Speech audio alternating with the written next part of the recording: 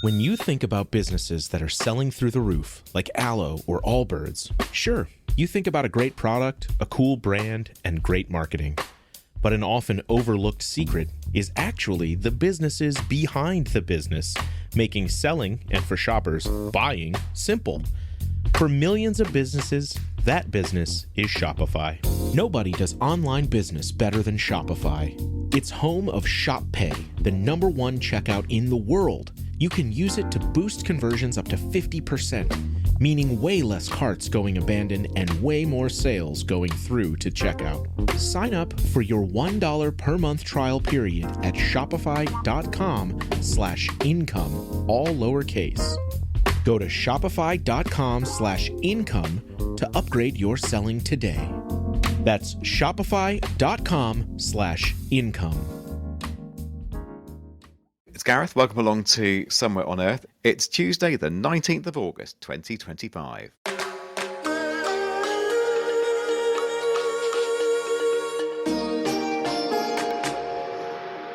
With us today is Angelica Mari, no less. Hello, Angelica. How are you? Hello. How are you? I'm great, thank you. Good to hear it. Heading towards the end of August, that month that never ends. But it's a nice month, isn't it? It's our birthday month.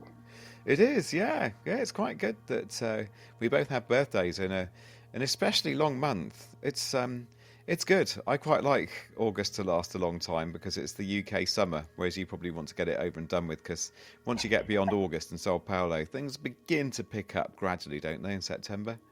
Exactly, yeah. The weather gets a little bit warmer, a million technology events to go to, and before you know it, it's Christmas. God, don't tell me about it. All right, here we go. So it's me and Angelica riffing about the calendar, but there'll be more as we plunge into this podcast. Here we go. And coming up today, we're hearing about the app that helps Uber drivers and those working for other ride-hailing and food delivery services gauge whether jobs are worth their while to accept. Many drivers are earning next to nothing, but those behind this particular app say it has transformed the incomes of many of its users. And guess what? The ride-hailing companies are not happy. Surprise, surprise. Now, we also have a top-flight footballer on the podcast, so we're going from some of the lowest earners to some of the highest earners, I think. Now, this is a Brazilian centre-back, and he says that the media has gone, well, a bit offside with endless negative coverage, so he wants to level the playing field with a more positive, healthier media landscape. No more football puns, I promise, but there'll be plenty of technology and some really good analysis here on the Somewhere on Earth podcast.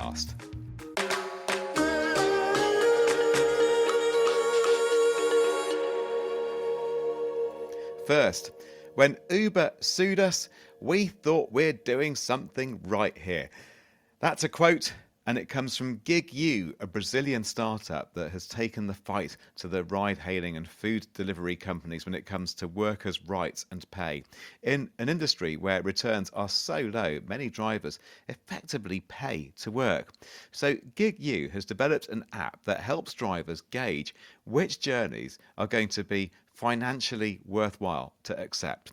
More now from GigU co-founder and CEO, Luiz Neves.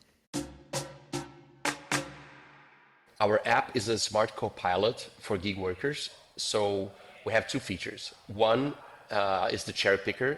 When these platforms offer a ride or a delivery job for them, we analyze it, and in 0.6 seconds, we show them how much it is paying per kilometer and per hour for them to make smarter decisions of if they should accept or not. And the other one is a secret camera that transforms the cell phone into a dashboard camera. They don't have to buy an external camera, do the installation process, nothing. Just use their own cell phone, and the recording happens on the background. So nothing changes on the screen. You can still be using like Waze or Google Maps or the app of the platform that you're working, but everything is recorded, and you have evidence of what's going on inside your work environment. So let's go through those then. The cherry picker, so it allows drivers basically to accept fares on the basis of whether they think they're going to be a decent return, or they, more to the point, they can turn down fares that they think are just not worth doing?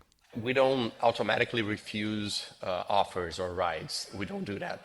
But what we do is we analyze all that information, because Gareth, I mean, they have 7 seconds to decide. It's super quick, and it probably happened with you when you're inside a car and you're almost getting to your destination and you see that the driver's already getting another ride. Have it ever happened to you like this? Yeah, no, sure. And I suppose that when you're ordering a ride as well, and it's really impressive from the user side, it's great, within seconds, that, Manuel is coming to pick you up in 2 minutes' time. But yeah, I hadn't really stopped to think about the driver side of that. Yeah, because the thing is that the driver's finishing a ride, he's paying attention to traffic, to some instructions that the passenger might be giving him, like, oh no, it's a little bit further, can you stop at the right side or the left side or whatever. But the thing is that they are paying attention to a lot of things, and they need to look at the phone and do math. So it's too much. So what we do is we make their lives easier, but just by calculating this small calculus that showed how much the ride is paying per kilometer in the US per mile and per hour. And with that, they can make smarter decisions. So we also help them understand their cost structure, because imagine a driver that is like financing his car and the other one that owns his own car already, is fully paid. They have different cost structures. So sometimes they can do like, okay, it's not a very good ride, but I can accept it. It's still a profitable one for me. In other cases, it's not worth accepting. So tell me more about the dash camera function that you also have here. So it converts the driver's smartphone into a dash cam. It's sitting there in a little cradle on the dash, and so it's recording everything that's going on in the journey. Does that mean everything that's happening in the car? In which case, by the way, as a passenger, I want to know about my privacy.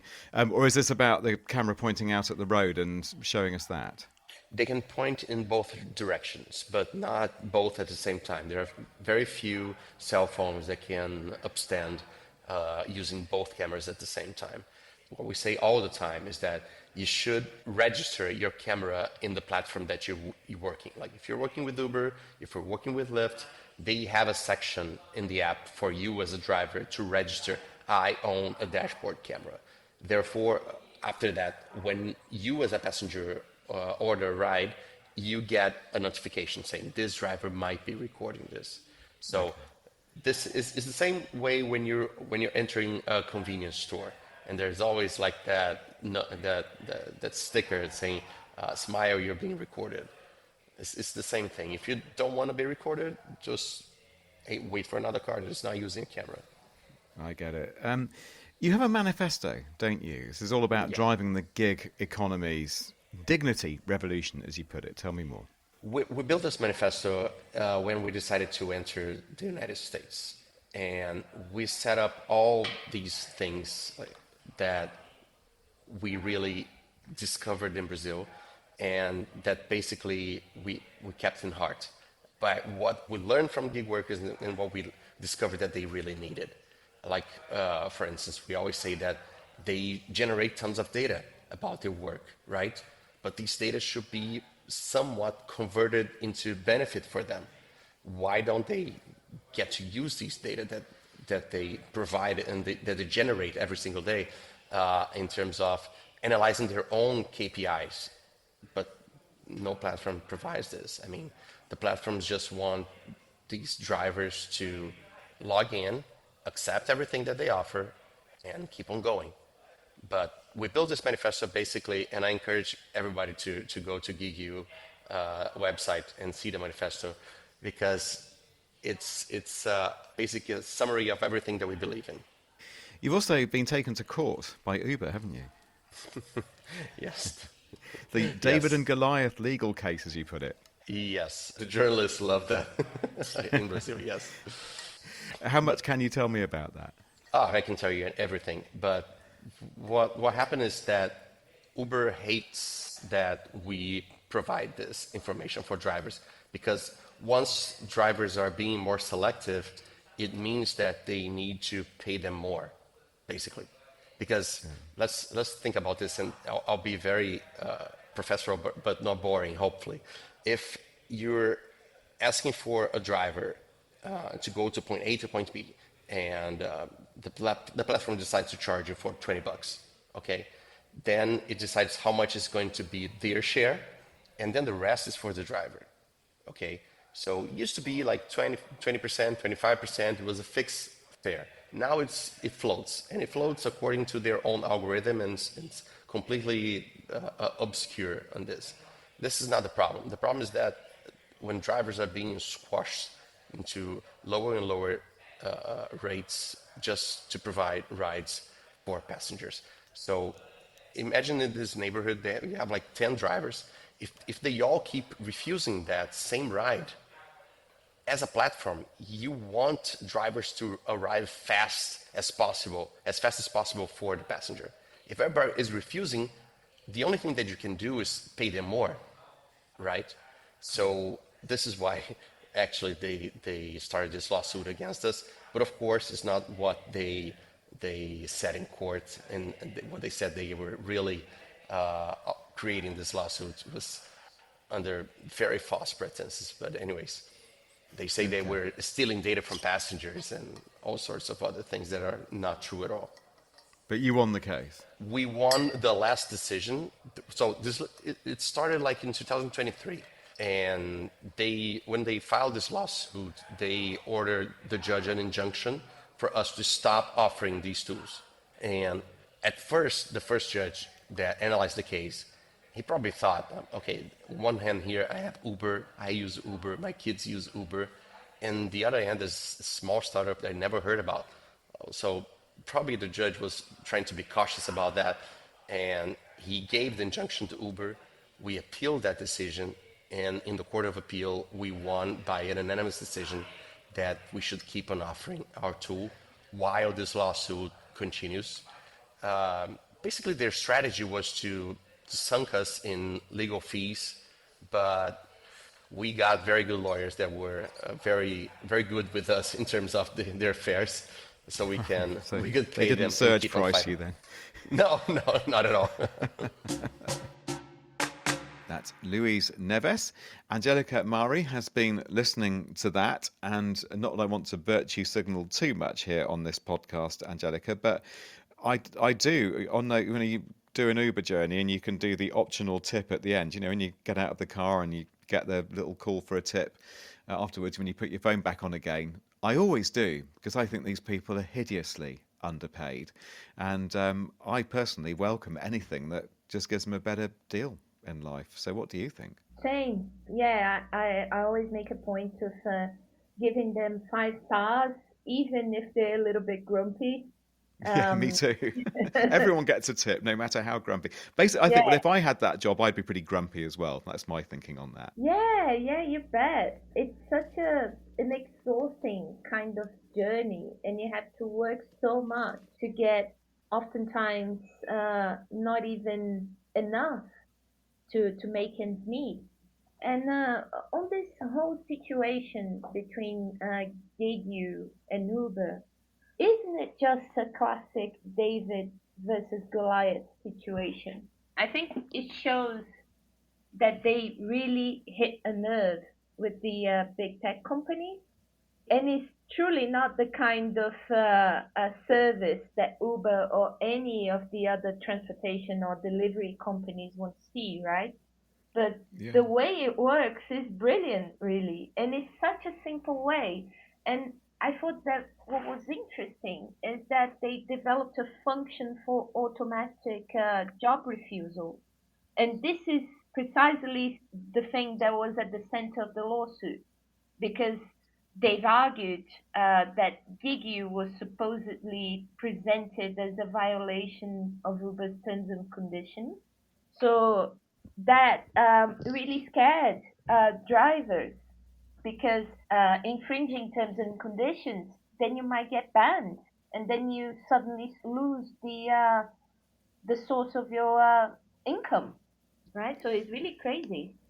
But it seems that GigU has prevailed, And they say they're making a real difference to drivers' lives here, which I can imagine. You know, if you're getting a notification that's telling you, you know, whether accepting this job is going to make you better off and not worse off, who wants to go and do a fare where you're going to end up worse off by the time you've dropped the passenger off, you know? So Yeah. it's a great idea. Yeah, and the thing is that for Uber and the other companies like ride-hailing or food delivery companies, their main goal is to make the gig workers accept the job. It doesn't matter if they are working at a loss. And it's also not interesting for any company to let drivers know which company is paying more, right? And Yeah. yeah, so they're really going up against the system. Yeah, and I'm struggling to think against any arguments against having an app like this. And the only one that I can cobble together, just because I feel journalistically I have to be a bit devil's advocate, Of is course. if this forces drivers pay up, we might say, well, that's a good thing. But on the other hand, it might make some of these ride-hailing services less competitive, and then they won't be able to employ as many drivers, and that could be a bad thing. So you've got to demolish that argument for me. As you can tell, I'm not really delivering that argument with any particular kind of particular passion. But you know, why is that argument wrong? I don't think it's wrong, actually. Yeah. I've been talking about that with a couple of drivers recently, and you will find that a lot of drivers are against that sort of app like GigU. They figure that they can understand what works better for them. They don't need an extra platform, let alone pay for one, because GigU is a subscription-based service, right? And Yeah. but Because then GigU again, has to pay its bills. Yeah.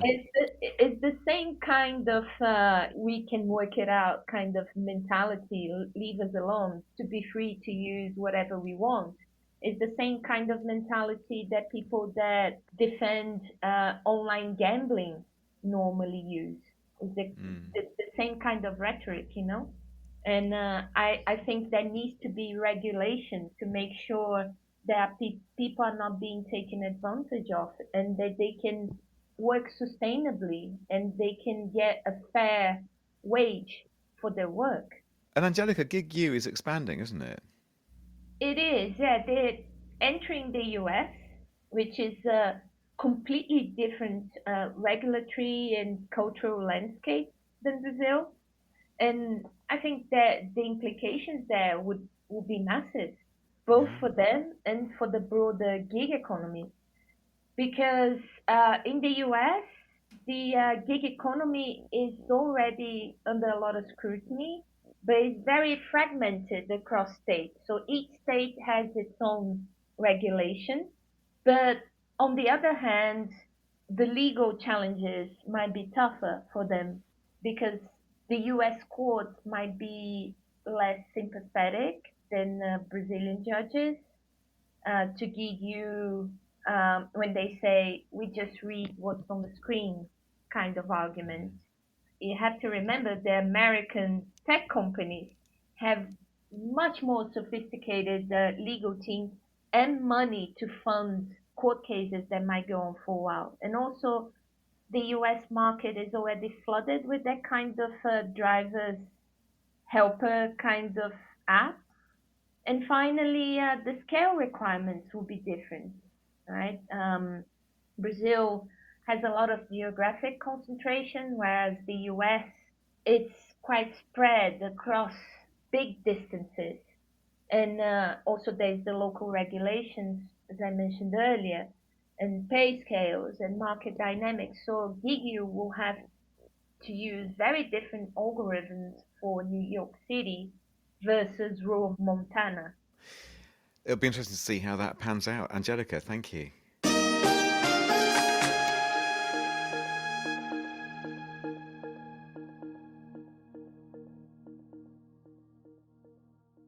Your burger is served, and this is our finest Pepsi Zero Sugar. Its sweet profile perfectly balances the savory notes of your burger. That is one perfect combination. Burgers deserve Pepsi. Right then, there's too much negativity in the media and it affects society for the worst. In essence, that's the message from the founders of a venture called Vos Futura, aiming to replace negative messages with more positive storytelling. In essence, to redefine storytelling and make the media landscape a nicer, healthier place. Anya has been speaking to co-founder of Vos Futura, Pedro Pirim Rodrigues. So Voz Futura was developed because of a specific anguish that all of us as human beings, we suffer every day, that we open the newspaper and we are bombarded with negative media and news. There's a lot of tragedy, a lot of violence, a lot of bad news going on all the time. But that doesn't mean that there's nothing good also happening. So what we're looking is against what has become the status quo of the media, which is focused on the bad side of things, and we're trying to shine a light on the positive, bright side of things. Not that we're going to paint a rainbow around the world, and only talk about the good stuff, but we need to talk about the bad stuff in a way that has more purpose, with more solution approach, not only the tragedy because it's tragedy. So Voz Futura was built as a communication platform that has two pillars.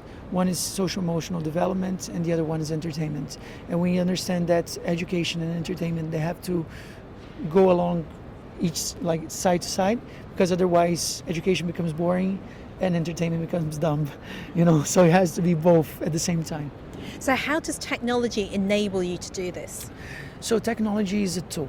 We understand that it doesn't dominate what we do, and we know that we are in an event and in a time in our world, in our society, where everyone is looking, for example, to how can you develop more things under artificial intelligence.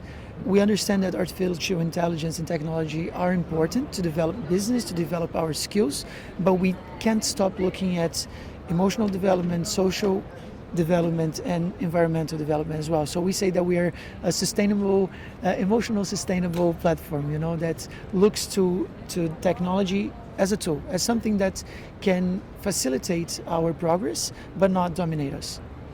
You're not afraid to tackle difficult subjects. So you look on your website and you've got grief, you have depression, you have specific things about how men handle their feelings or don't handle their feelings. Does that not in some way frighten you that you're dealing with so many grave, serious issues? It doesn't frighten us, because if we look at these issues as our enemies, to say, we can't deal with them. It's like pretending that they don't exist, and that's not the point. We understand that they exist, but we need to address them in the proper way, not trying to annihilate them, but trying to work side to side with them, So, and the most powerful tool that we can use is our emotional intelligence and education. So I think that we are afraid of where the world is going, in terms like Brazil, for example, has become the most anxious country in the world. Suicide all over the world, especially among teenagers. I think it has become the second cause of death among teenagers all over the world. So we need to look at this as a serious issue, but we can't be afraid of it. Otherwise we'll get frightened and then freeze and not do something about it. So we need to work, we need to address these specific themes as they should be addressed with the proper amount of care and with research and education. You are in a position to be able to speak, especially to younger people, aren't you? Yeah. So was it a very conscious decision to think, you know what, I'm in a position where I have a voice and I want to help these people? Yes, of course, because we are always in a position to help, and we need to use our influence to help other people as well. And working side by side with a famous football player, with other celebrities, and what they're called influencers. I hate this term, but that's what the kids are using nowadays. We need to use this in our favor, like to address these topics and to give more words and more visibility to the problems that we're addressing now. That's Pedro Pirim Rodrigues talking to Anya. Now, those behind Vos Futura include a professional footballer, no less. Another founder of the project is Brazilian centre-back Danilo Luiz. And he told Somewhere on Earth why he's using the tech to promote stories that are good stories and more positive stories. Hoje eu vim falar sobre a Voz Futura, projeto que eu estou criando já há algum tempo, que se trata de For sure, technology helps me a great deal because it increases the reach and the power of these stories. And it helps in terms of getting more people to know these stories about the power of human beings. And you're not afraid to tackle difficult topics, are you, really? So you've talked about grief, you've talked about depression, you've talked about mental health issues, particularly in men. Do you not find that a bit daunting? Eu acredito que sejam sim assuntos não fáceis de se debater, mas no lugar que eu ocupo, I believe com a these voz e themes visibilidade aren't que easy eu to tenho, discuss, acredito que seja but considering the place I'm in and the kind of voice and visibility that I have, I believe that it is a mission to talk about these kinds of subjects and encourage other people and other areas of society to also join in these debates. In your position as an international footballer, you are in a very strong place to get through to younger people and especially men. Do you feel it's your duty to do that? Sim, sinto como uma obrigação, porque depois de viver por tantos anos conhecendo várias culturas, eu cresci muito como ser humano. I feel like it's an obligation because after getting to know many cultures through the last few years, I've developed a lot as a human being, and I believe that this is so that I can share my experiences with future generations so that they have better lives and face fewer challenges as well. Thank you so much for joining us on Somewhere on Earth. You're welcome.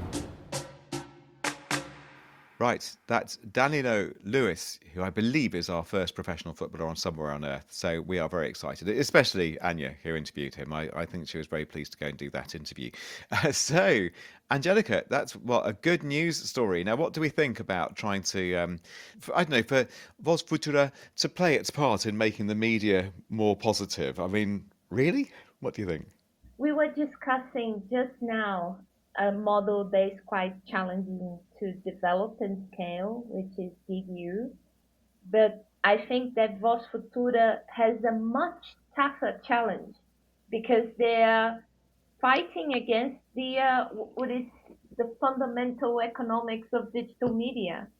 Because we know that negativity and outrage do drive engagement and also revenue, right? So I think their real innovation will be around proving that positive content can be compelling and profitable at the same time. Yeah, I wondered as well. And I went into those interviews feeling a little bit skeptical, but became a bit less skeptical when they were saying, that they're not just going to try and rose tint everything. And as Anya pointed out in an interview, there's some very difficult and quite dark subject matter on their website, which was very good to hear. But I just wondered, in a way, like whichever market you're going for, this could be very challenging. And certainly if you're going for the news market, the way we heard one of the contributors there saying, oh, when you open up the newspaper, it's just full of bad news. Well, really, who picks up newspapers these days? But I guess probably what they mean by that is, yes, if you go onto a news website or if news appears in your feed on your social media, it tends to be bad news. But you and I and Anya, we're all journalists, Angelica. And we know very well that if you just have a headline saying aircraft lands safely, that isn't news, is it? Market remains stable for a second day. I'm not going to read an article about that. So I just wonder if they're going for the news market. I struggle probably a bit like you do, to see how just good news stories are going to kind of rise to the top. And in the social media market, the attention economy, again, the stuff that gets shared, which is very tragic and says not very nice things about human nature, is the thing that raises emotions, and usually negative emotions around things like outrage or, anger or disgust or what have you. So, yeah, I'm kind of repeating your words back to you in a way. They've got a job on their hands, haven't they? Are they going to succeed? There's the question. Yeah, well, I think there's a lot of room for evergreen sort of content. And nicely said. Especially around mental health. I think their timing is good. I think there's more growing awareness of the impact of social media on well-being, and I think they could well position themselves as a sort of healthy media kind of alternative. They could perhaps expand into corporate wellness partnerships, educational content, or even sort of therapeutical media like these well-being apps are doing, designed by psychologists, that kind of thing. I think there's a lot of room for that. So if they're offering us a bit like, yeah, this is the place you come, like this is the one outlet where you're going to get good news content, and not maybe not just news content, but media content, yeah, that Your still daily reflects. dose of inspiration and hope. Yeah, exactly. So still reflects the difficulties and problems in the world, but Yeah. doesn't just deliver the problem, but might give potential solutions or other ways of thinking that problem and then extracting some kind of positive from it, which I personally would welcome if they can do that and if they are doing that. Yeah, I think the question is around scaling. Yeah. Can they move beyond Brazilian Portuguese content and Yeah. become a global movement? The market is getting a bit crowded for that as well. And I think another challenge will be how can they maintain their authenticity and also growing big enough to compete with other content driving the algorithmic logic of platforms like Instagram and TikTok. Like you said, the attention economy. It's based on cat videos and tragedy. So and they Vos Futura also build some of their community there as well. On the other hand, it's something I've been thinking about for a while, and I find it interesting that independent vehicles and content creators that are approaching digital well-being, they're creating strategies that cover both the online side of things, but in a way that is not so reliant on social media platforms. So they're also creating newsletters, in-person events, Twitch streams, that kind of thing. And I think that shows us two things.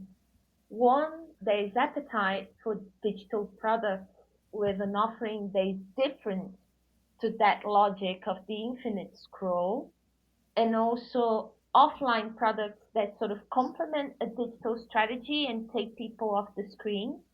In fact, I know that Vos Futura is doing a survey on the impact of social media on mental health. I'd be interested in seeing the results. Well, Angelica, we'll leave it there. Thank you very much indeed. It's been wonderful, as ever. Love to hear your thoughts, dear people. You know how to get in touch with us. And I'll sign off, other than to say that we are a proud partner of the Evergreen Podcast Network. See, Angelica mentioned Evergreen content there. It's good content. And our sponsor is Roost. Over here on the team, we have Angelica, from whom we've just been hearing. We have me, Gareth. We have production manager, Liz. And we have editor, Anya. We're a lovely team, Thanks for being with us. See you next time. Bye-bye.